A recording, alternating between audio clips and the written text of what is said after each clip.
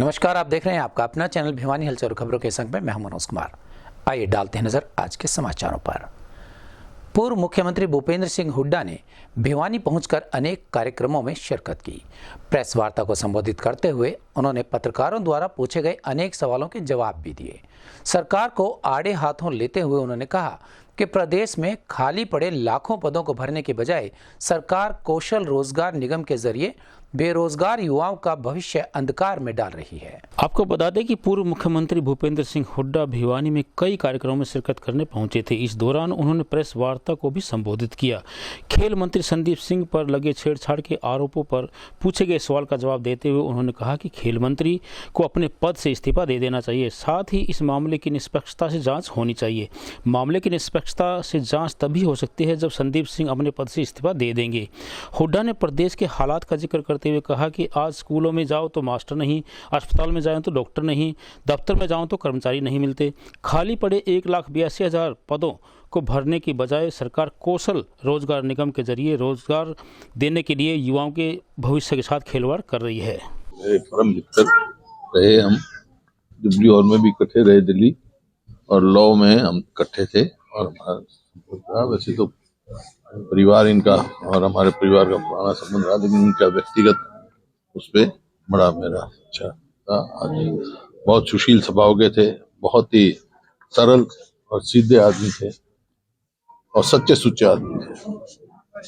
आज वो नहीं रहे, इस बात का ईश्वर से यही प्रार्थना अपने चरणों में स्थान दें और इस परिवार को और आगे बढ़ाएं, बच्चे और तरक्की करें और जो रास्ता दिखा गए चले। तो राहुल गांधी जी की यात्रा दूसरे चरण में भाईजाना में कैसे आने वाली है, उनकी क्या तैयारियां कांग्रेस की तरफ से हुई है? लोग तैयार हैं, 5 तारीख को आएंगे। पानीपत 6 को पानीपत रैली है, उसके बाद 7 को करनाल, कुरुक्षेत्र, शाहबाद, अम्बाला होते पंजाब चले। सर, बीजेपी 5 दिन रहेंगे। बीजेपी कह रहे कि राहुल गांधी जहाँ भी आते हैं उनको फायदा करके जाते हैं। और क्या कहेंगे, वो जो उनका बीजेपी का सफाया करते जा रहे हैं तो कहीं। सर, खेल मंत्री जी का बचाव जो है आज मुख्यमंत्री जांच होनी चाहिए, आरोप सिद्धि में, लेकिन मॉरल ग्राउंड्स पे मंत्री जी को इस्तीफा दे देना चाहिए ताकि निष्पक्ष जांच हो सके। सर, चौटाला साहब ने कहा कि अगर जरूरत पड़ी तो कांग्रेस के साथ समझौता करेंगे। किरण चौधरी जो वो कह रहे हैं कि अगर उनको साथ लेकर नहीं चले तो सरकार नहीं आएगी कांग्रेस की। पता नहीं कौन क्या कहता है, मेरे साथ ही है, कांग्रेस एक है। सर कह रहे हैं कि उनकी अनदेखी की जा रही है कहीं ना कहीं। कौन अनदेखी कर रहा है भाई? कांग्रेस में सबका अपना अपना स्थान है। सर, बेरोजगारी में ताजा आंकड़े आए हैं, हरियाणा नंबर 1 है, अगली बार 37.8 की। पिछली बार भी था। यही एक वो है जिसमें हरियाणा फुल स्पीड से चल रहा है, बढ़ावा ही है। पहले 31 था, अब 37.4% है, और पूरे देश में महंगाई नंबर सबसे ज्यादा इसमें महंगाई है। आपका बेरोजगारी है पूरे देश में। जो प्रदेश 2014 में प्रति व्यक्ति आय, प्रति व्यक्ति निवेश में नंबर 1 था पूरे देश में, आज जो है वो बेरोजगारी में नंबर 1। चौधरी बंसीलाल सामान्य अस्पताल के पीएमओ डॉक्टर एडविन ने अस्पताल के अनेक विभागों का औचक निरीक्षण किया। वहीं उन्होंने यहां दी जाने वाली सुविधाओं के बारे में पूछताछ भी की और चिकित्सकों एवं स्वास्थ्य कर्मचारियों को आवश्यक दिशा निर्देश भी दिए और साथ ही साथ लोगों से कोरोना महामारी के दौरान दी जाने वाली गाइडलाइंस का पालन करने की अपील भी की। इस दौरान पीएमओ डॉक्टर एडविन ने पर्ची वाली खिड़की, दवाइयों वाली डिस्पेंसरी का दौरा किया। उन्होंने बताया कि जब रजिस्ट्रेशन होता है तो आने वाले मरीजों से पूछा जाता है कि वह अंत्योदय परिवार से संबंध रखते हैं या नहीं। इस दौरान उनसे सभी जांच के बारे में पता किया जाता है और उन्होंने बताया कि चौधरी बंसीलाल सामान्य अस्पताल में अंत्योदय परिवारों के लिए अलग से लाइन बनाई गई है। वहीं उन्होंने बताया कि अंत्योदय परिवारों की चेकिंग के लिए अलग से व्यवस्था की गई है, जिसमें उनकी सभी बीमारियों का और उनकी चेकिंग के लिए व्यवस्था की गई है और वहीं उन्हें सब प्रकार की सुविधाएं उपलब्ध करवाई गई है। इसके साथ साथ उन्होंने कोरोना को लेकर भी तैयारियों का जायजा लिया, क्योंकि कोरोना देश में दस्तक दे चुका है।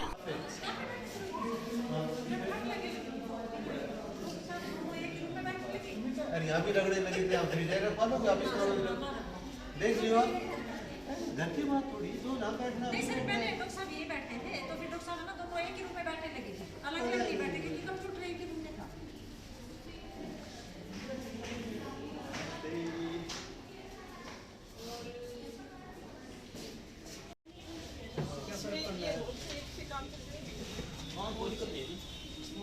आज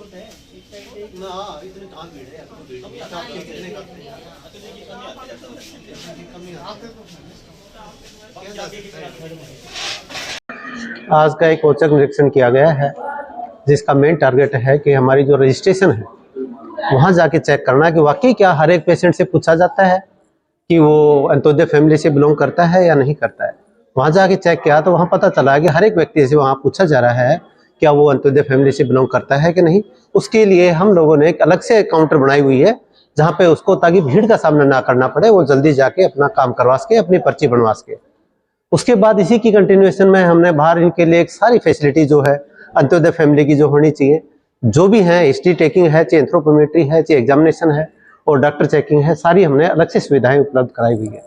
इन्वेस्टिगेशन से रिलेटेड भी हमने सारी सुविधाएं इनकी अलग से करवाई हुई हैं ताकि इनको किसी प्रकार के असुविधा का सामना ना करना पड़े। दूसरा, हम लोगों ने अपने हॉस्पिटल में ये भी चेक किया कि जो कोरोना ने हमारे देश में दस्तक दी है, तो हम हमारा ये टारगेट था कि हर व्यक्ति को पता हो कि कोरोना हमारे देश में दोबारा दस्तक दे चुका है और वो जो कोरोना के नॉर्म्स हैं, कोरोना की जो गाइडलाइंस हैं, उनको फॉलो करें। हर एक व्यक्ति को बताया जाए कि वो उचित दूरी रखें, हैंड सैनिटाइजेशन के ऊपर ध्यान दें और कोरोना से रिलेटेड हर व्यक्ति को बार बार बताया जाता है ये सारी चीजें। स्थानीय भगत सिंह चौक से महम रोड की तरफ जाने वाले मार्ग पर फैली हुई गंदगी लोगों के लिए इन दिनों सरदर्द बनी हुई है। यहाँ करीबन 3 महीने से सीवरेज की समस्या बनी हुई है, जिसके कारण न केवल स्थानीय नागरिकों बल्कि आने जाने वाले लोगों को भी भारी परेशानियों का सामना करना पड़ रहा है। उन्होंने प्रशासन से गुहार लगाई है कि इस समस्या से जल्द उन्हें निजात दिलवाई जाए। इस बारे में स्थानीय क्षेत्रवासी करमवीर सिंह, अनंत राम पोनिया, देशराज परमार, विकास परमार, संजय गुलिया, अमन लांबा, जयप्रकाश का कहना है कि भगत सिंह चौक से महम रोड की तरफ जाने वाले मार्ग पर पिछले करीब 3 माह से सीवरेज की समस्या बनी हुई है, जिसके कारण सीवरेज का पानी ओवरफ्लो होकर सड़क और गलियों में फैल रहा है। उन्होंने कहा कि इस मार्ग पर 2 बड़ी कॉलोनियाँ हैं जिसमें हजारों लोग रहते हैं। उन्होंने कहा कि स्थिति यह बनी हुई है कि सड़कों पर सीवरेज का गंदा पानी भरा रहता है तथा सड़कें टूटी हुई हैं, जिसके चलते क्षेत्रवासी नरकीय जीवन व्यतीत करने पर मजबूर है। उन्होंने कहा कि स्थिति इतनी गंभीर बनी हुई है कि सीवरेज का गंदा पानी लोगों के घरों में घुस जाता है। उन्होंने कहा कि स्थानीय क्षेत्रवासी तो नरकीय जीवन जीने को मजबूर हैं ही, इसके अलावा सैकड़ों स्कूली बच्चे प्रतिदिन इस गंदे पानी से होकर गुजरते हैं। उन्होंने कहा कि प्रशासनिक कर्मचारी व अधिकारी इस समस्या से मुंह मोड़कर बैठा है, जिसका खामियाजा नागरिकों को भुगतना पड़ रहा है। उन्होंने चेतावनी देते हुए कहा कि यदि जल्द ही इस समस्या का स्थायी समाधान नहीं हुआ तो वे भगत सिंह चौक से महम रोड की ओर जाने वाले मार्ग को जाम करने पर मजबूर होंगे, जिसकी जिम्मेदारी प्रशासन की होगी। ये पानी गली रास्ता भी ब्लॉक हो रहा है, बीमारी भी होने का डर है, मच्छर मक्खी भी होते हैं, परेशानी है आने जाने से ही। और करीब 3-3.5 महीने हो गए, 2-3 बार ठीक भी करवा दिया करमवीर जी ने, पर ये फिर ब्लॉक हो जाता है। शायद पीछे से ही कोई परेशानी ज़्यादा है, तो प्रशासन से मांग है कि इसको हमारी समस्या का निवारण किया जाए। वो 3-4 महीनों से ब्लॉक हो रही है और पानी भी सारे गलियों के अंदर आ जाता है। मेन जो भगत सिंह चौक से ये जो मेम रोड की तरफ जो रोड जा रही है, इसके साथ साथ सीवर की लाइन है, जिससे कि आने जाने में भारी समस्या हो रही है और गड्ढे पड़े हैं। 3-4 बरस तो रोड भी टूट गए। और एक बार ठेकेदार आया था जिसने टेम्परेरी तौर पे ये एक सीवर का ढक्कन लगाया था, वो भी लेवल से नीचे, जिसके कारण गली में पानी। भाई समस्या ये है, यहाँ पे 3-3.5 महीने से ये काम चला हुआ है और कोई काम, कोई सुनवाई नहीं है। ये भाई है, इन्होंने 2-3 बार करवाया था, ठीक है। इतना पानी है, बाइक का पूरा टायर डूब जाए है। मान लो बाई चांस कोई बंदा आ रहा है रात को, जिसको पता नहीं है, तेज स्पीड में थोड़ी यहाँ पे एक्सीडेंट हो गया, तो कौन जिम्मेवार है उसका? तो बस यही है कि भाई साहब इसका काम, आपकी सुनवाई होती है तो जल्दी से जल्दी करवाओ। ये भाई साहब यहाँ जो है ना काफ़ी दिनों से परेशानी हो रही है और ये जो है ना नहीं, ये रोड की सुध ले रही है सरकार। और हमने तो कई बार जो है साथियों ने जो है विधायक को भी कहा है कि भाई जो है ना यहाँ के जो है ना अब एक बार देखो इसको। और ये गली नंबर 1 है, इसमें तो पानी का आप देखोगे तो बहुत बुरा हाल हो रहा है। और यहाँ आप देख सकते हो कितने खड्डे हो चुके हैं। हमने कई बार यहाँ मलबा भी गिरवाया है खुद ने। तो सरकार से यही है कि भाई एक बार करो और यहाँ आके देखो भाई कितनी परेशानी हो रही है राहगीरी को। और कल परसों ही बात है, यहाँ जो है एक आदमी भी पड़ गया था इसमें खड्डे में, जो हमने उसको संभाला है यहाँ। तो सरकार से हम तो यही मांग करते हैं कि भाई यहाँ आके ठीक कराओ। ये समस्या जी पिछले 3 महीने से लगातार ऐसे ही चलता आ रहा है। भगत सिंह चौक से बिट्स की तरफ आते हैं, जब रास्ते में एक पाइप ब्रेक डाउन हुई है, उसके रिगार्डिंग कई बार कार्यकारी अभियंता को भी नॉलेज में लेके आए हैं कि यहाँ से पाइप टूटी हुई है। उसके बाद उन्होंने एक टेंडर पास करवाया, और जो टेंडर उन्होंने एक अपने पर्सनल किसी आदमी को दिया होगा, हम नहीं जानते उसको, और वो टेंडर होने के बाद भी वो पाइप दबा दी। अभी 10 तारीख को वो पाइप दबाई थी, और 10 तारीख के बाद से अभी भी कोई उसका समाधान नहीं हो पाया है। और वो पाइप ब्रेक डाउन बता रहे हैं, मैं अभी भी जाके आया हूँ उनके पास, वो ऐसे ही बता रहे हैं कि ये पाइप ब्रेक डाउन है, इसके अंदर कोई कमी अभी भी रहेगी, जिसकी वजह से हमें समस्त गलीवासियों को और इंदिरा कॉलोनी को परेशानी का सामना करना पड़ रहा है। प्रदेश के कृषि एवं पशुपालन मंत्री श्री जेपी दलाल ने कहा कि सरकार अनुसूचित जाति सहित सभी किसानों के उत्थान के लिए प्रयासरत है। उनका कहना था कि किसानों की खुशहाली के लिए सरकार द्वारा अनेक कल्याणकारी योजनाएं शुरू की गई हैं, जिसमें ट्रैक्टर पर 50% या 3 लाख तक अनुदान राशि शामिल है। इस बारे में कृषि विभाग के उपनिदेशक डॉक्टर आत्माराम गोदारा ने बताया कि कृषि विभाग द्वारा अनुसूचित जाति के किसानों को ट्रैक्टर के साथ साथ अन्य उपकरणों पर भी अनुदान दिया जा रहा है। उन्होंने बताया कि अनुसूचित जाति के किसानों को 35 HP से अधिक क्षमता के ट्रैक्टर की खरीद पर 50% अथवा 3 लाख रुपए तक का अनुदान दिया जा रहा है। आत्माराम गोदारा ने बताया कि लाभार्थियों का चयन जिला स्तर पर गठित समिति के द्वारा किया जाएगा। अनुसूचित जाति के किसानों को अनुदान पर ट्रैक्टर देने के लिए प्रत्येक जिले में कोटा निर्धारित किया गया है। उन्होंने बताया कि चयन के उपरांत किसान भारत सरकार द्वारा अधिकृत निर्माताओं से अपनी पसंद के निर्माता से ट्रैक्टर खरीद सकते हैं। इच्छित किसान विभाग की वेबसाइट पर अथवा अधिक जानकारी के लिए टोल फ्री नंबर 1800-180-2117 नंबर पर अथवा कृषि एवं किसान कल्याण विभाग हरियाणा की वेबसाइट पर अधिक जानकारी ले सकते हैं। द्वारा कृषि विभाग में एक मैकेनाइजेशन स्कीम है कृषि यंत्र की, उसके अंदर अभी जो स्कीम आई है हरियाणा सरकार ने हर डिस्ट्रिक्ट को 30 ट्रैक्टर का लक्ष्य दिया है, और उसमें खास करके SC किसानों के लिए है। जो SC किसान भाई हमारे हैं वो हमारे मैकेनाइजेशन जो पोर्टल है उस पर अपना डाटा अपलोड कर सकते हैं, अप्लाई कर सकते हैं। उसके लिए उनको सबसे पहले तो मेरी पसंद मेरा ब्यौरा पोर्टल पे अपना रजिस्ट्रेशन कराना होगा। उसके बाद अपना बैंक की कॉपी, आधार की कॉपी, परिवार पहचान पत्र वगैरह उस पर अपलोड करने होंगे पोर्टल पे, और इसकी अंतिम तिथि 10 जनवरी दी गई है। और हमारे भिवानी जिले को 30 ट्रैक्टर का लक्ष्य दिया गया है। उसमें किसान SC किसान भाई अप्लाई कर सकता है। उसमें ज़मीन का कोई क्राइटेरिया नहीं रखा है, ज़मीन ना भी हो वो भी SC किसान होना ज़रूरी है, वो अप्लाई कर सकता है।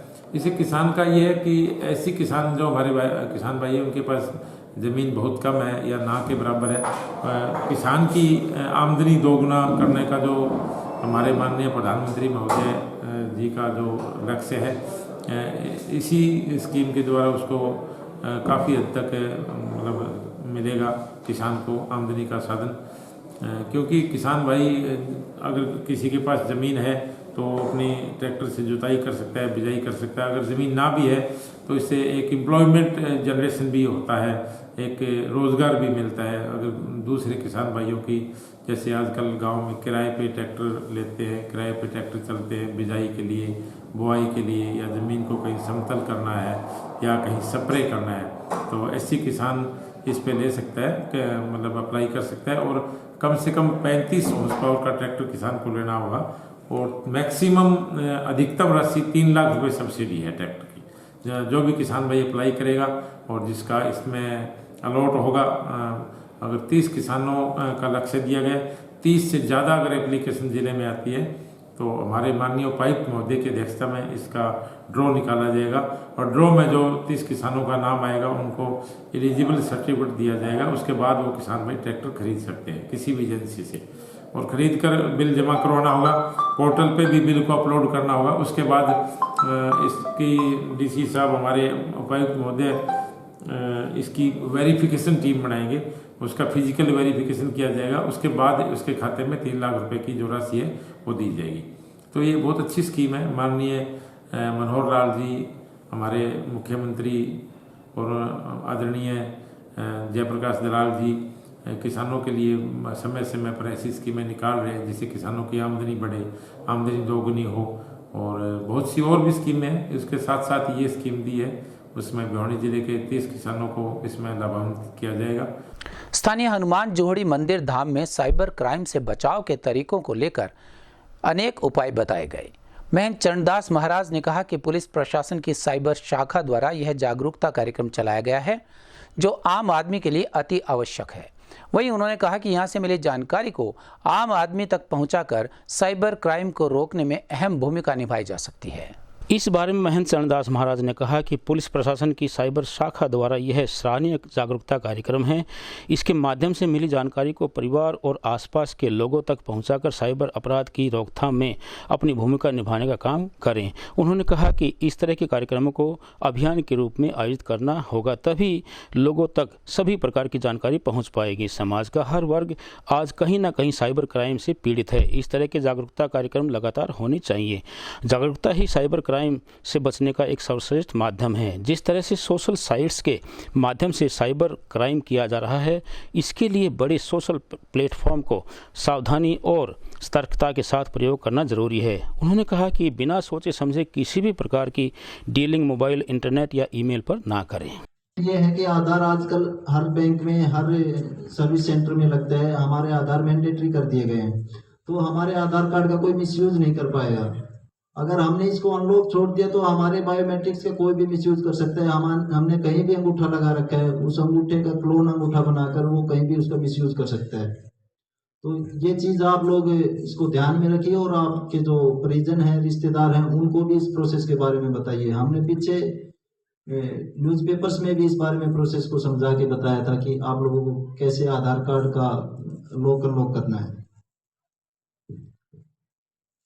एक है, हमारे पास शिकायतें आती हैं फेसबुक फ्रेंड बन के, कोई भी लड़की की आईडी होती है और वो फेसबुक फ्रेंड बन के हमारे पास मैसेज करते हैं और हम उसका मैसेज का रिस्पॉन्ड कर देते हैं। हम उससे चैटिंग करने लगते हैं और जैसे ही 1 या 2 दिन चैटिंग करने के बाद वो हमारे पास वीडियो कॉल करती है। हम वीडियो कॉल उठा लेते हैं और जब तक हमारे कुछ समझ में आए, सामने एक न्यूड वीडियो चल रही होती है हमारे, हम जब तक कुछ समझ में आए, वो 15-20 सेकंड निकल चुकी होती हैं उसमें और हमारा फेस उस वीडियो कॉल में कैप्चर हो जाता है। इस तरह से वो उस चीज़ की स्क्रीन रिकॉर्डिंग करके और वो वीडियो हमारे पास वापस भेज देते हैं और बोलते हैं कि हम आपको ये वीडियो आपके यूट्यूब पे अपलोड करेंगे, आपके रिश्तेदारों के पास भेजेंगे कि आप तो इस तरह के कैरेक्टर के आदमी हो, आप इस तरह की हरकतें करते हो। और उसके बाद वो हमें ब्लैकमेल करना शुरू कर देते हैं। तो इस तरह की शिकायतें लोग बहुत कम करते हैं और आखिर में जब वही 10 लाख वाली बात है, 2 लाख 5 लाख जिसकी जितनी हैसियत है वो हैसियत से दे के उसके बाद ही पुलिस के पास जाते हैं। अगर आपके पास इस तरह की कोई शिकायत आती भी है आपके पास, अगर कोई आपको ऐसे करता है, कोई आपका प्रयास करता है आपको ऐसे ब्लैकमेल करने का, तो आप उन लोगों को किसी भी हालत में पैसे मत भेजो। उन लोगों का मेन मोटिव यही होता है कि वो आपसे किसी न किसी तरह आपको ब्लैकमेल करके, आपको डरा के, धमका के आपसे पैसे ऐंठे। बिल्कुल, हरियाणा सरकार और हरियाणा पुलिस के द्वारा जो कार्यक्रम किया जा रहा है ये बहुत सराहनीय कदम है, क्योंकि आजकल जो ठगाबाजी जो चल रही है, धोखाधड़ी चल रही है, उसमें लोगों को कहने की जागरूक करना है। और आज भिवानी पुलिस ने यहाँ करके हमारे इलाके में जो स्कूली बच्चे हैं, स्काउट के बच्चे हैं और लोग आम जनता है, उनको इस प्रकार आगाह किया है कि वो इस प्रकार से जो कहानी होती है, इस प्रकार की जो धोखाधड़ी होती है, इस प्रकार के जो आपसे फ्रॉड होता है, तो उससे बचने के लिए आप पुलिस से भी मिलें, पुलिस को अगवा करें और आम आदमी से मिल करके भी एक दूसरे के जो इस प्रकार समस्याएं साझा करें, ताकि आप उस धोखाधड़ी में ना आते हैं। डीजीपी ओपी सिंह जी यादव उनके निर्देशन में हमारी भिवानी पुलिस और भिवानी पुलिस के सर्वेसर्वा कप्तान अजीत सिंह शेखावत जी जो इस प्रकार का कार्यक्रम कर रहे हैं, काफ़ी क्राइम पर अंकुश भी लगा है, काफ़ी क्राइम को इन्होंने कंट्रोल किया है। उस प्रकार की धोखाधड़ी का मामला तो होना ही चाहिए, क्योंकि पुलिस का जो दायित्व बनता है सेवा सुरक्षा सहयोग का, उस पर वो पुलिस अपना खड़े उतरती है और पुलिस उस प्रकार की सेवा में आगे बढ़ करके काम करती है। तेज रफ्तार गाड़ी अक्सर दुर्घटना का कारण बनती है और उसमें किसी न किसी की जान चली जाती है। गांव प्रेम नगर के निकट एक तेज रफ्तार गाड़ी की एक स्कूटी से टक्कर हुई, जिसमें 2 लोगों की जान चली गई। पुलिस ने मौके पर पहुंचकर मामला दर्ज किया और अपनी कार्यवाही शुरू कर दी। इस बारे में परिजनों ने बताया कि संजीत 4 बहनों का इकलौता भाई था और उसके 3 बच्चे हैं। वहीं अनिल की शादी नहीं हुई थी। मृतकों के परिजनों ने पुलिस से अपील की है कि गाड़ी चालक के खिलाफ सख्त से सख्त कार्रवाई की जाए और उसे जल्द से जल्द गिरफ्तार किया जाए। और उन्होंने सरकार से मांग की है कि दोनों मृतक मेहनत मजदूरी का काम करते थे, उनके परिवार की आर्थिक मदद की जाए जिससे उनके परिवार का गुजर बसर आसानी से हो सके। वहीं जाँच अधिकारी संजय कुमार ने बताया कि उन्हें सूचना प्राप्त हुई थी कि प्रेमनगर के निकट सड़क दुर्घटना में 2 लोगों की मौत हो गई है। इस मामले में पुलिस ने परिजनों के बयान के आधार पर मामला दर्ज कर अपनी आगामी कार्रवाई शुरू कर दी है। मेरे भाई का एक्सीडेंट हो गया है, उसका नाम संजीत कुमार था, जो मेरे ताऊ का लड़का है, और मेरा एक भतीजा बामला से, वो दोनों इकट्ठे कोई किसी काम के लिए बरवाड़ा जा रहे थे और तिगड़ाना मोड़ पे उनका एक्सीडेंट हो गया। उन मेहनत मजदूरी करते थे, वो उनका काम एक का फोन रिपेयरिंग का और एक मेहनत मजदूरी का था। भाई का राज संजीत का, ये संजीत इमलोटा गांव के निवासी हैं और उसका जो फादर नेम है वो श्री हरि सिंह है और अनिल है बामड़ा से, उसका फादर नेम सतवीर है। तो इनकी जो भी आर्थिक मदद है जी वो की जाए और बहुत मेहरबानी होगी सरकार की ओर से। इनका गाड़ी अभी तक कुछ कार्रवाई हुई नहीं है, गाड़ी वाला पकड़ा नहीं गया है। सर क्या मांग करते हैं, कौन सी गाड़ी, कुछ पता लगा? जी ब्लू कलर की गाड़ी थी और HR उसका नंबर भी कंफर्म नहीं हो रहा। वैसे एक बार कार्रवाई वहाँ पे बात करने के लिए भाई साहब गए हुए हैं, कैमरा वहाँ पे चेक किया जा रहा है और पुलिस प्रशासन भी अपने साथ में वहाँ पे लगी हुई है। एक बार पुलिस से यही मांग है कि जी हमारी जितनी भी हो सके अपनी पूरी सहायता की जाए। कल दिनांक शाम को है ना, जैसे कुट्टी पे जा रहे थे संजीत और अनिल अपनी बहन के पास बरवाड़ा, तो किसी अज्ञात वाहन से टक्कर लगने से दोनों घायल हो गए, जिनको GH भिवानी दाखिल करवाया गया था। अनिल को PGI रेफर किया गया। अनिल ने PGI में अपना इलाज के दौरान दम तोड़ दिया और संजीत ने यहाँ अपना दम तोड़ दिया GH भिवानी में। संजीत सनोब हरि सिंह निवासी इमलोटा चरखी दादरी का, उनके वारिसान के बयान पर पोस्टमार्टम करवाया गया है और संजीत के परिजनों के बयान पर आगामी कार्रवाई अमल में लाई जा रही है। मुकदमा दर्ज किया जा चुका है। राजस्थान से सटे भिवानी में मौसम ठंडा और अधिक ठंडा होता जा रहा है। इस मौसम का प्रभाव फसलों और मनुष्यों पर साफ नजर आ रहा है। किसान भाइयों का मानना है कि धुंध का प्रभाव पड़ने से उनकी फसल में बढ़ोतरी होगी। वहीं मौसम वैज्ञानिक डॉक्टर देवीलाल का कहना है कि अगले 48 घंटे इसी प्रकार की धुंध पड़ने की संभावना है।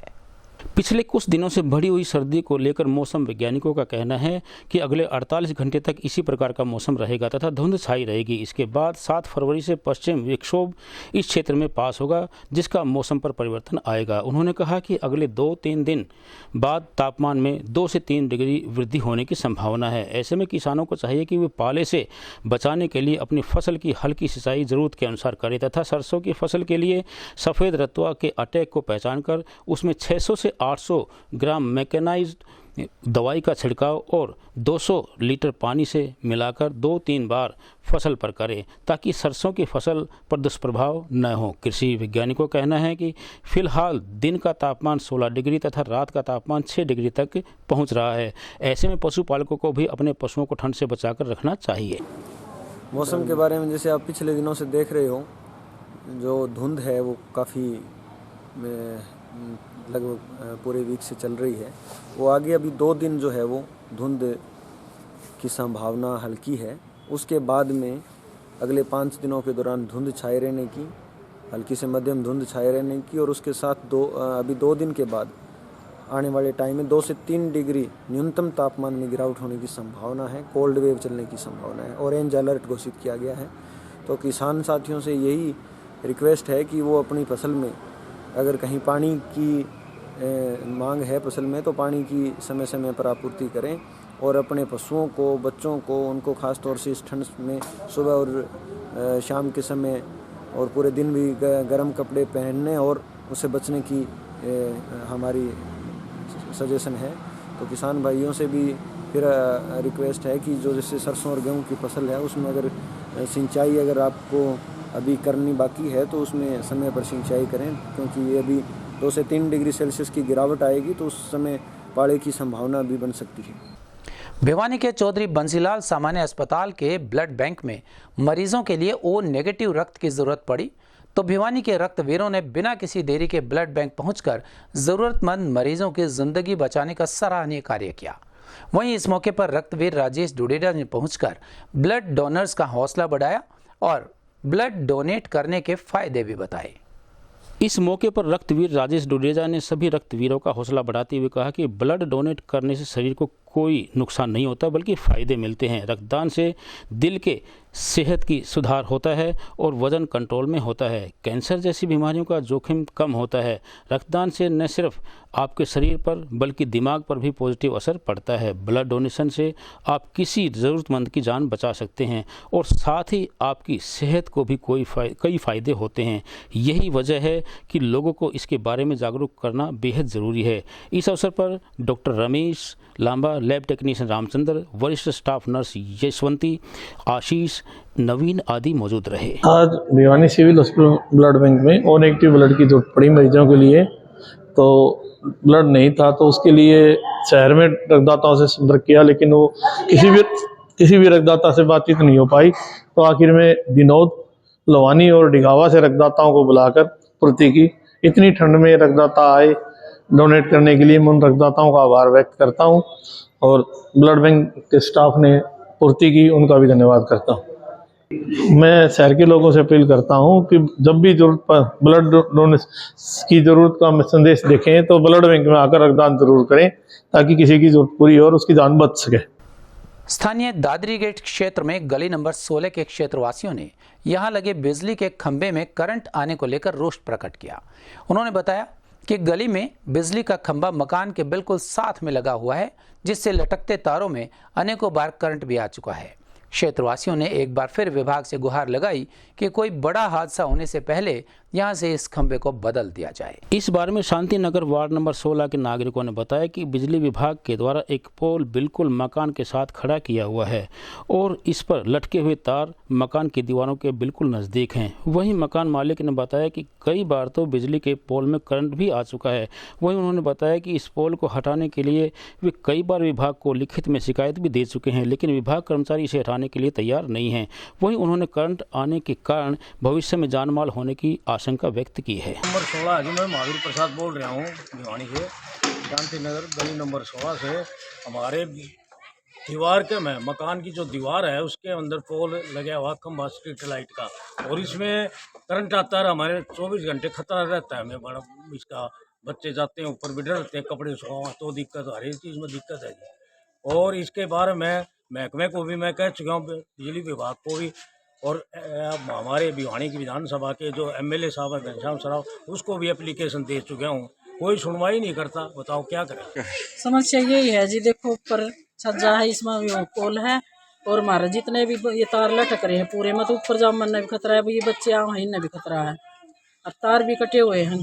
थोड़ा सा पर हट के लगाना चाहिए और बिल्कुल दीवार का मैं है ये समस्या। हम ऊपर भी नहीं जाते, कपड़े सुखाने सब दिन कहाँ सुखाए। छोटे छोटे बच्चे हैं ना, इनको हम छत पे भेज सकते हैं ना हम कोई कपड़े सुखा सकते हैं। कई बार 1-2 बार करंट की भी संभावना लगी है, तार भी कटे हुए हैं। अब ये जो छज्जा है इसको हटा के हमने खंभे से वो बनवा रखा है, तो बहुत परेशान हो रहे हैं। और सबसे बड़ी बात तो है कोई करंट का डर है, 1-2 बार करंट की भी हुई है दिक्कत, तार कटे हुए हैं, कई बार हो चुकी है, और बारिश के दिनों में तो और भी ज़्यादा दिक्कत है। तो बार बार परेशान होकर हमें किसी के ज़्यादा कई बार लग चुका करंट, कोई और कोई खतरा हो जाए, कोई इंसान की किसी के भाई मृत्यु हो जाए तो उससे हमें बचाए। हमारे संग में बस इतना ही। अगले के लिए देखते रहेगा आपका अपना चैनल भिवानी हलचल।